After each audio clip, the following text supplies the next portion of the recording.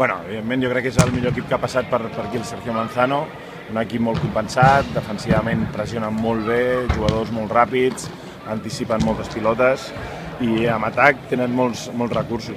Jo crec que la victòria d'ells és merescuda, potser no tan avoltada, però sí que és merescuda i potser l'únic però és amb un 3-0 haver tingut una mica més de control de partit que ens ha faltat, hem tingut alguna per anar-nos al 4-0, no l'aprofites i és un equip molt seguit treballant, constant durant tot el partit.